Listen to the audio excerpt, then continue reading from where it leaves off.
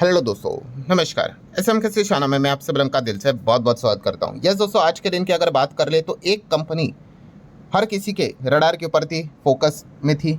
ऐसा क्यों? Yes, we all know that दोस्तों कि यहाँ पे हम बात कर रहे हैं हिंदुस्तान कॉपर की, और उसके पीछे का रीज़न क्या है? Yes, offer for sale. कल के दिन की अगर बात करें, इसके ऊपर मैंने डिटेल में वीडियो भी यहाँ पे कवर किया था। एंड इम्पॉर्टेंट चीज़ कौन सी थी कि लगभग 10% डिस्काउंट के ऊपर वो OFS लेकर यहाँ पे आ रही थी। मतलब फ्लोर प्राइस जो सेट किया था वो क्लोजिंग प्राइस के हिसाब से 10% डिस्काउंट के ऊपर हमें नज़र आ रहा था। और इस चीज़ के चलते, जैसे अभी मैंने आप लोगों को बताया था कि 99% केसेस में जो चीज़ें होती है कि गिरावट के साथ शुरुआत होगी, यूजुअली गिरावट ही देखने को मिलेगी। तो वैसा ही सिनेरियो हम लोग को देखने को मिल गया। हिंदुस्तान कॉपर में लगभग 7.25% की गिरावट देखने को मिली। हालांकि मैं अगेन उस वीडियो में भी, जैसे मैंने आपको कहा था, इस वीडियो में भी कहना चाहूँगा, कभी कभी चीज़ें अलग भी हो जाती है। डिपेंड करता है कि किस कंपनी का OFS है, डिमांड सप्लाई के ऊपर चीज़ें निर्भर करती है। ठीक है, सो आप यहाँ पे देख सकते हो हिंदुस्तान कॉपर में भी वही 99% वाला ही सिनेरियो हम लोग को देखने को यहाँ पे मिला है। सो ठीक है दोस्तों, ये तो सारी चीज़ें यहाँ पे हो गई, पर अब यहाँ पे हम बात करने वाले एक और ब्रेकिंग न्यूज़ के बारे में। डिस्क्लेमर क्लियर कट है, अगेन रिपोर्टेडली, रिपोर्ट के जरिए ही ये खबर हमारे सामने आते हुए देखने को यहाँ पे मिल रही है। सो खबर क्या है कि सरकार एक और OFS का प्लान यहाँ पे कर रही है। अगेन कह रहा हूँ, कोई कंफर्म खबर नहीं, क्योंकि कल भी मैंने जो वीडियो बनाया था उसमें भी मैंने एक जनरल रूल आपको बताया था कि नोबडी नोस कि OFS एग्जैक्टली कब आने वाला है, क्योंकि वो उसका जो विंडो रहता है वो मार्केट 3:30 बजने के बाद और नेक्स्ट दिन 9:15 बजे खुलने से पहले, और यूजुअली हम लोग को शाम को ही पता चलता है। ठीक है, सो ये एक अनुमान ही है, और अनुमान के हिसाब से अगर हम बात कर ले तो किस OFS की सरकार यहाँ पे प्लान कर रही है अगला, तो वह है हिंदुस्तान जिंक। सो हिंदुस्तान कॉपर हो गया, अब हिंदुस्तान जिंक में सरकार अपना स्टेक यहाँ पे बेच सकती है। ये खबर रिपोर्ट के जरिए हमारे सामने आ रही है, और इसी चीज़ के चलते आज के दिन हम लोग को हिंदुस्तान जिंक में भी थोड़ा बहुत दबाव देखने को मिल गया। दबाव क्यों? क्योंकि यूजुअली हम लोगों ने देखा है कि OFS किस पे आता है, यूजुअली डिस्काउंट के ऊपर ही आता है। तो वो जो भी अनाउंसमेंट करेंगे भाई, उसके बाद स्टॉक यूजुअली हम लोग को नीचे ही जाते हुए देखने को मिल जाता है। तो इसी चीज़ के चलते आप देख सकते हो कि हिंदुस्तान जिंक का भी स्टॉक हम लोगों को गिरते हुए देखने को मिल गया। क्योंकि ये देख लो कि बस मतलब ऐसी बातें चल रही है मार्केट में कि शायद से अब कॉपर के बाद जिंक में भी सरकार अपना स्टेक यहाँ पे निकाल सकती है। अगर मैं आपको दिखा दूँ, आप देख सकते हैं Hindustan zinc share fell as the launch of the Hindustan copper OFS put a spotlight on a potential मतलब शायद government stake sale in a zinc producer. मतलब वही हिंदुस्तान जिंक की वो बात यहाँ पे कर रहे हैं। तो ये शायद वायद में ही हिंदुस्तान जिंक में भी आज के दिन हम लोग को 2-3% का दबाव देखने को यहाँ पे मिला था। देन दोस्तों, one of the most important की पॉइंट, कौन सा की पॉइंट, जो मैंने कल भी आप लोगों को बताया था। कल का तो वीडियो OFS को लेकर काफ़ी डिटेल में मैंने बात की थी कि OFS में मतलब कौन अपना माल बेच सकता है। तो ये सवाल अगर मैं आपको पूछूं, और इस सवाल का जवाब अगर आप कहोगे कि सिर्फ प्रमोटर, तो आपको 10 में से मैं दूंगा यहाँ पे 7 या फिर 8 मार्क, पूरे मार्क्स नहीं मिलेंगे। क्यों? क्योंकि जैसे मैंने आपको बताया कि सिर्फ प्रमोटर नहीं, बड़े प्लेयर्स भी OFS में क्या कर सकते हैं, अपना माल यहाँ पे निकाल सकते हैं। हाँ, वहाँ पे कंडीशन होता है कि आपके पास एटलीस्ट उस कंपनी का 10% तक का स्टेक यहाँ पे होना चाहिए। मतलब आप प्रमोटर नहीं भी होगे तो भी आप क्या कर सकते हो, OFS के थ्रू अपना माल यहाँ पे निकाल सकते हो। और यही चीज़ दोस्तों हम लोगों को हिंदुस्तान जिंक में भी देखने को मिलने वाली है। मतलब अभी जैसे कि हमने क्या सुना कि सरकार यहाँ पे क्या करने वाली है, हिंदुस्तान जिंक में भी शायद से अपना माल बेचे। तो शेयर होल्डिंग पैटर्न में ओपन करता हूँ किसका, हिंदुस्तान जिंक का। तो प्रमोटर देखो 60% है कि नहीं, और प्रमोटर में नाम देखो, क्या प्रेसिडेंट ऑफ इंडिया लिखा है? नहीं। हिंदुस्तान जिंक का प्रमोटर कौन है? वेदांता, अनिल अग्रवाल जी की जो कंपनी है वेदांता, ये इसका प्रमोटर है। तो फिर यहाँ पे हिंदुस्तान जिंक में कैसे OFS की बात हो रही है? तो अगर आप थोड़ा सा नीचे चेक करोगे, प्रमोटर FSDS, नीचे देखो क्या लिखा है, गवर्नमेंट के पास 28% के आसपास का स्टेक है। सो मोर देन 10% है कि नहीं? तो यस, सरकार यहाँ पे भी क्या कर सकती है, OFS के जरिए माल यहाँ पे बेच सकती है। ठीक है, सो इसलिए जैसे मैंने कहा कि OFS अगर लाना है तो प्रमोटर तो ला सकते हैं, उनके पास बड़ा स्टेक रहता ही है। एंड अगर कोई दूसरा इन्वेस्टर भी अगर होगा 10% से ज़्यादा स्टेक लेकर अगर चल रहा है, तो वो भी चाहे तो OFS लेकर आ सकता है। तो इसीलिए हिंदुस्तान जिंक में आप देख सकते हो, इवन दो सरकार प्रमोटर नहीं है तो भी उनके पास काफ़ी बड़ा स्टेक हमें देखने को मिल रहा है, वो अपना माल चाहे तो बेच सकते हैं। देन अगर हम बात कर ले दोस्तों, तो मतलब क्या है, अब हिंदुस्तान जिंक की भी बात स्टार्ट हो चुकी है।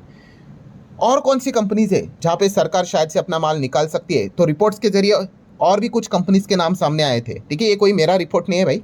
ठीक है, अगर आप गूगल के ऊपर चेक करोगे, आई गेस ये मनी कंट्रोल का ये रिपोर्ट था, उन्होंने ये बात बताई थी और एकदम सटीक आप देख सकते हो। उनका जो रिपोर्ट था वो सच भी हम लोग को होते हुए देखने को यहाँ पे मिला है। उन्होंने 4 कंपनीज की बात की थी, उसमें से तो हिंदुस्तान कॉपर तो हो गया, उसमें से एक हिंदुस्तान जिंक भी उन्होंने बताया था, उसकी भी चर्चा स्टार्ट हो चुकी है। और रिमेनिंग 2 कंपनियां कौन सी है, उसमें से एक है IRCTC।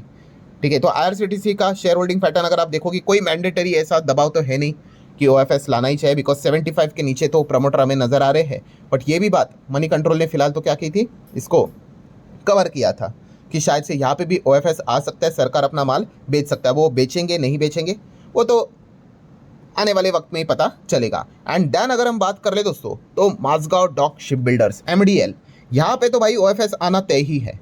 हाँ, वो कब आएगा वो एग्जैक्टली हम यहाँ पे कह नहीं सकते, बट आएगा जरूर। अब आप बोलेंगे ऐसा क्यों? Yes, share holding pattern check करोगे तो आई इनका अभी भी प्रमोटर का जो होल्डिंग है वो 75 के ऊपर है। So we all know that यहाँ पे तो मतलब 75 वाला रूल तो सरकार को कंप्लाई करना पड़ेगा।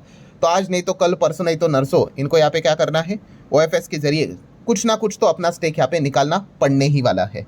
ठीक है, तो इसीलिए अगर देखा गया तो MDL के ऊपर भी मतलब ज़्यादा फोकस हम लोग को देखने को यहाँ पे मिलता रहता है। हालांकि मैं अगेन कह रहा हूँ कि वो खबर कब आएगी नहीं आएगी नोबडी नोज। ठीक है, वो एकदम शाम को खबर निकल कर आती है, क्या पता आज शाम को आ जाए, कल आ जाए, परसों आ जाए, या फिर 1 महीना या फिर 1 साल के बाद आ जाए, वो तो किसी को यहाँ पे पता है नहीं। सो इसलिए ये 4 कंपनीज की बातें हुई थी। ठीक है, उनमें से 2 कंपनीज तो एकदम फ्रंट लाइन पे नजर आ रही है, एक तो हो ही गया कॉपर की अगर बात करें तो, बाकी 3 में से जिंक का नंबर फिलहाल तो बताया जा रहा है। तो लेट्स सी आगे क्या होता है। देन रही बात दोस्तों एक आखिरी सवाल, कौन सा, कि कल भी देखा गया, परसों भी देखा गया कि काफ़ी लोगों ने कमेंट सेक्शन में बात लिखी थी कि सर आपको कैसे पता था कि सरकार यहाँ पे OFS लेकर आने वाली है। मतलब आपने एक अंदाज़ा तो दिया था कि ये कंपनीज में यहाँ पे OFS आ सकता है, सरकार अपना स्टेक बेच सकती है। सो आपको ये कौन से वेबसाइट से पता चलता है? तो दोस्तों कोई वेबसाइट नहीं रहते, ये बात खुद सरकार ही हमें बताती है। मतलब निर्मला सीतारमण जी की अगर बात करें, जब भी बजट होता है ना दोस्तों, बजट कब होता है अब, यस 1 फरवरी को बजट होता है। सो अभी अगला बजट कब रहेगा, ऑब्वियसली 2027 को रहेगा 1 फरवरी। सो तभी भी देख लेना सरकार क्या करती है, खुद से ये बात बताती है कि वो कितना माल बेचने वाले हैं।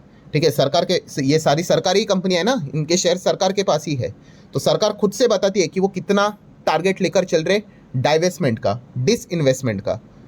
सो उससे ही पता चलता है कि हाँ भाई इस साल सरकार बहुत सारे OFS लेकर यहाँ पे आने वाली है। जैसे कि अगर मैं यहाँ पे बात करूँ थोड़ा, अगर मैं आपको डेटा ही दिखा देता हूँ, ये देख लो FY 24 का डेटा देख लो। खुद बजट में सरकार ने बताया था कि वो लगभग 51,000 करोड़ जुटाने वाले, कैसे, सरकारी कंपनीज के शेयर्स बेचकर। बट एक्चुअल में वो बेचना कितना बेच सके, केवल 16,500 करोड़। ठीक है, वैसे तो देखा गया ये एस्टिमेशन को भी वो बाद में रिवाइज कर देते हैं, इतना कम। देन अगर बात करें FY 25 की, तो FY 25 में देख सकते 50,000 करोड़ का टारगेट रखा था, कितना बेच सके, 20,214 करोड़। ठीक है, देन इसको यहाँ पे क्या कर दिया, अगले साल FY 26 की बात करें, 47,000 करोड़ का टारगेट रखा था सरकार ने, कहाँ तक वो चले गए, 45,306 करोड़ तक का माल उन्होंने निकाल दिया। ठीक है, एंड अभी की अगर बात कर ले, अभी मतलब अभी जो ये 1 फरवरी को ये जो बजट हुआ था, उसमें FY 27 जो करंट ईयर जो चल रहे फाइनेंशियल ईयर, उसका टारगेट कितना रखा है सरकार ने, 80,000 करोड़। तो इसलिए जैसे मैंने आप लोगों को बताया था कि भाई सरकार का टारगेट देखो, लास्ट टाइम 47, वहाँ से 80 कर दिया। ठीक है, तो नो डाउट कि इस साल हमें क्या देखने को मिलने वाले हैं, बहुत सारे OFS देखने को मिलने वाले हैं। उसमें से तो सबसे बड़ा OFS कौन सा हो गया अभी रिसेंटली, LIC का, आई गेस वो 32,000 करोड़ का था। ठीक है, तो उसी चीज़ के चलते, मतलब जब ये बड़ा साइज ही आया था तभी मैंने आपको बताया था कि भाई इस साल तो सरकार कुछ ना कुछ LIC में तो अपना हिस्सा निकालेगी, क्योंकि 80,000 करोड़ तो भाई बिना LIC का स्टेक बेचकर हो ही नहीं सकता। सो LIC का स्टेक बेचा, इसीलिए हम देख सकते हैं इतना बड़ा मतलब वो टारगेट है, उसके और हम जाते हुए देखने को यहाँ पे मिल रहे हैं। इसलिए अगर आप कोई भी आर्टिकल अगर रीड करोगे, इसमें आपको ये फिगर ज़रूर नजर आएगी 80,000 करोड़ की। सो इसीलिए हम यहाँ पे देख सकते हो क्या लिखा जा रहा है कि गवर्नमेंट सिग्नल दे रहा है कि और OFS हिंदुस्तान कॉपर के बाद वो लेकर यहाँ पे आ सकते हैं, क्योंकि उनको 80,000 करोड़ का टारगेट को अचीव करना है। सो दीपम की अगर बात कर ले, ठीक है, तो उन्होंने भी ये बात यहाँ पे सामने यहाँ पे रखी हुई है। सो ठीक है, जितने भी इंपॉर्टेंट पॉइंट्स थे सारे कवर कर लिए। अब रहा एक आखिरी पॉइंट, जो कि अगेन एक बहुत बड़ा मिसअंडरस्टैंडिंग होता है, कौन सा, कि भाई ये जो OFS अभी जैसे कि हिंदुस्तान कॉपर में OFS आया, मान लो जिंक में अगर आ जाएगा तो ठीक है, तो इसका अर्थ ये नहीं कि कंपनी घटिया है, कंपनी खराब है, ऑब्वियसली नॉट। सोच कर देख लो भाई, अगर ऐसा है, ठीक है, अभी जैसे कि LIC की बात कर लो, LIC में था ना 32,000 करोड़ का OFS था। अगर वो घटिया थी कंपनी तो भाई लोग पार्टिसिपेट क्यों कर रहे हैं, लोग शेयर्स क्यों खरीद रहे हैं?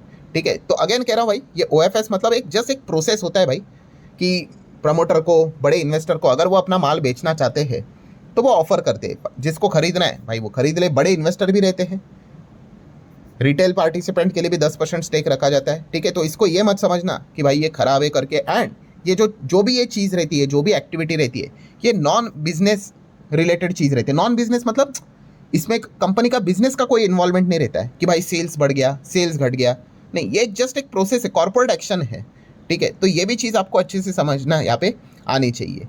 सो ठीक है दोस्तों, जितना हो सके सारी चीज़ों को यहाँ पे मैंने कवर किया। आशा करता हूँ कुछ नई चीज़ें भी आपको सीखने को मिली होगी। चाहो तो वीडियो को लाइक एंड शेयर कर सकते हैं। मिलते हैं अगले वीडियो में, तब तक के लिए बाय बाय।